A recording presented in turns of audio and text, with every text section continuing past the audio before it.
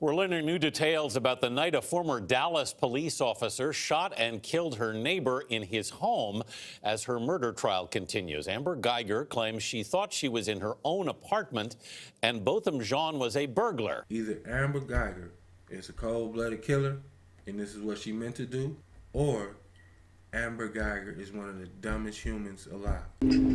Yo, yes, it's so nice. Yo, my mom cooked real good rice. Ooh. Yo, the devil this trip. How we going back? We rolling on a ship. Ooh! We stronger than steel. Like I said, they can't strike out our wheel. Nope. We too strong. We gonna keep going all day long. All day long. What's good, family? I am Benjamin Seven, and this is TCC, where we talk about truth, culture, and community. And yes, we are back again to put that work in. I appreciate you all for clicking on this video and hanging out. If this is your first time, make sure you hit that subscription button, hit the post notification bell to be caught up on all the content. And if you actually watch the content and you would like to drop a comment, I would love that you do that so we can build in the comment section. All right, let's get into this. We have Amber Guyger, a Dallas police officer, who shot Botham Jean in his apartment about a year ago. So if you haven't heard of this story, this police officer, she stayed in an apartment complex, apartment 1378. So for whatever reason this night, instead of parking on the 3rd floor, she parks on the 4th floor. She then walks into the apartment complex, down a long hallway, past multiple apartments, and did not realize that she was on the 4th floor instead of the 3rd floor. Interesting. So much so to the point she goes to what she believes her apartment, does not look at the apartment number because it clearly says 1478. This happened to be Bo's apartment. Bo's apartment, not only does it say 1478 on the door, Bo had a red placemat in front of his house. Amber Guyger does not notice anything different or wrong. She proceeds to enter into what she thinks is her apartment, and all hell breaks loose. She says that Bo jumped up and was coming towards her aggressively, and that's the reason she shot. But let's see what the prosecutors have to say. Bo is 26 years old, and he was sitting inside his apartment, the sanctuary of his own home at the Southside Flats. He was doing no harm to anybody, which was his wife. As a matter of fact, the evidence is going to show you that he was sitting in his living room in shorts and a t-shirt, watching TV, eating a bowl of vanilla ice cream. As Bo is trying to get up off the couch to find out what this intruder is doing coming into his home, she is leveling off her gun, having acquired her target, and she shoots at him twice.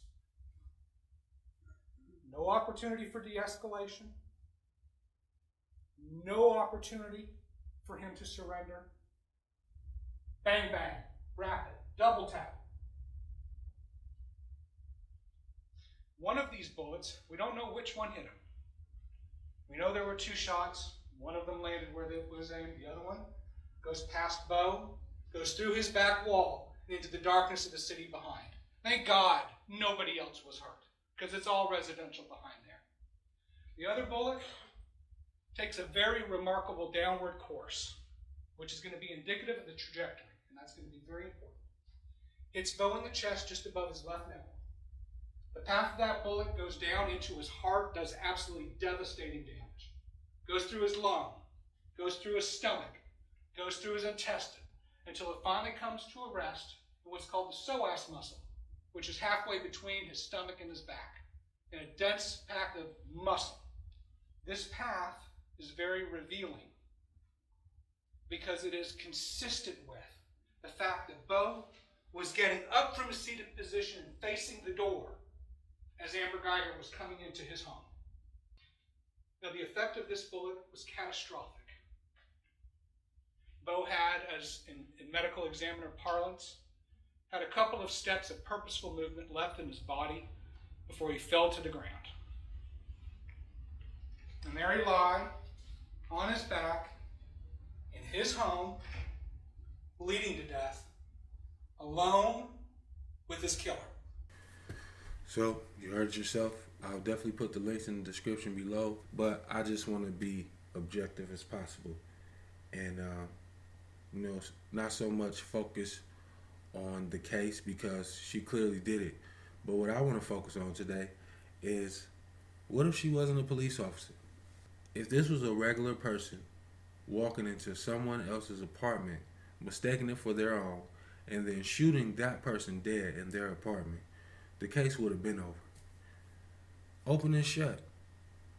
My question is, why does police officers get all of this leniency?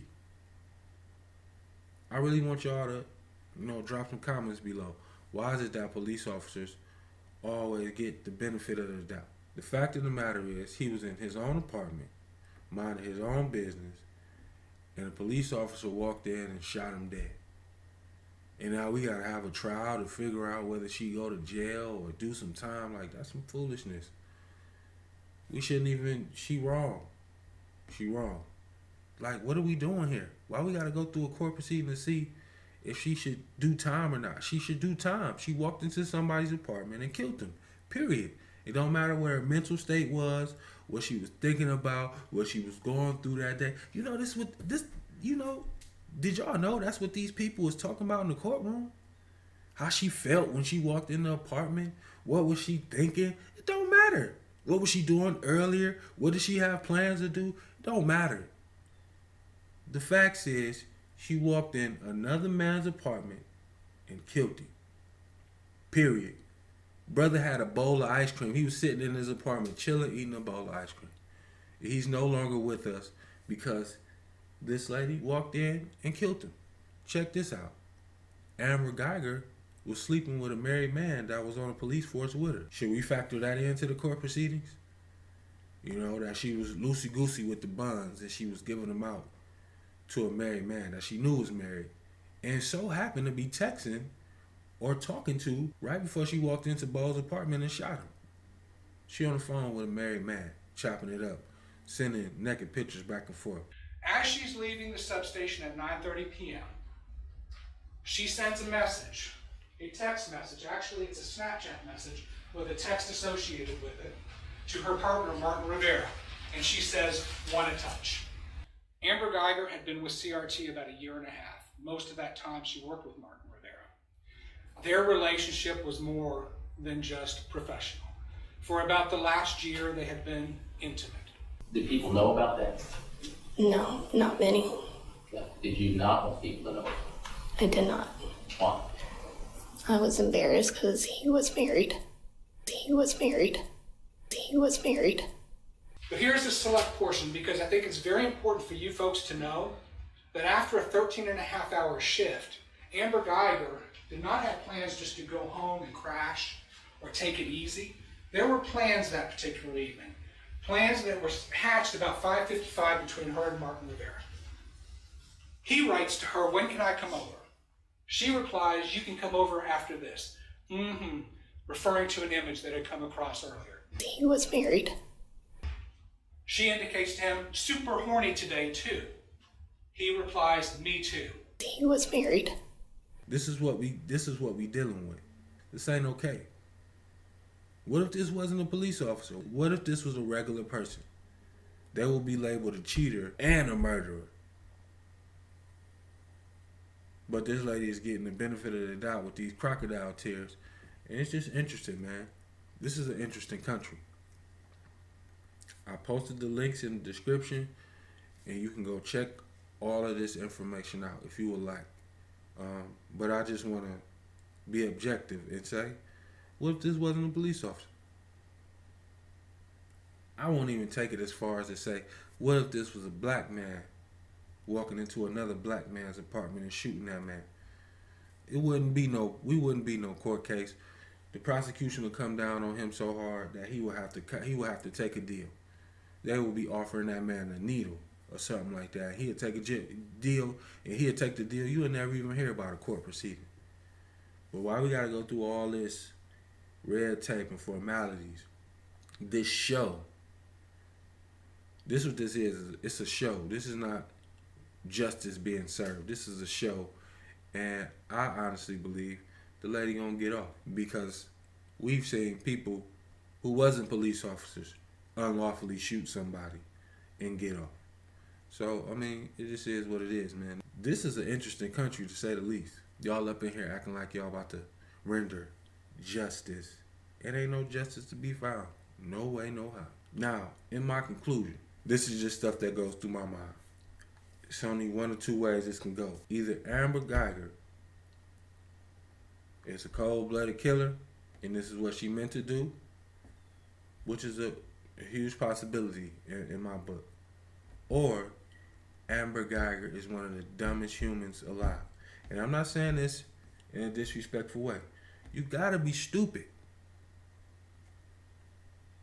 to park on the wrong floor, walk into the wrong floor, walk past multiple apartments that show you you're on the 4th floor, go into the wrong apartment and shoot a man because you thought he was an intruder in your house eating a bowl of ice cream. You got to be one of the dumbest people alive, really. Which brings me to my final question. If you are the latter, if you just that stupid, how did you make the police force? Or all the police is that stupid. To be a police officer, then you don't have to have that much of a mental capacity. Because this lady didn't know what floor she was on. She didn't know what apartment she was going into. Like, that's really, really, really dumb. Like, you really a special dumb. They say common sense ain't too common. This is past common sense. This is just your brain was not working. I teach my 7-year-old and my 5-year-old, use your brain before you do any action.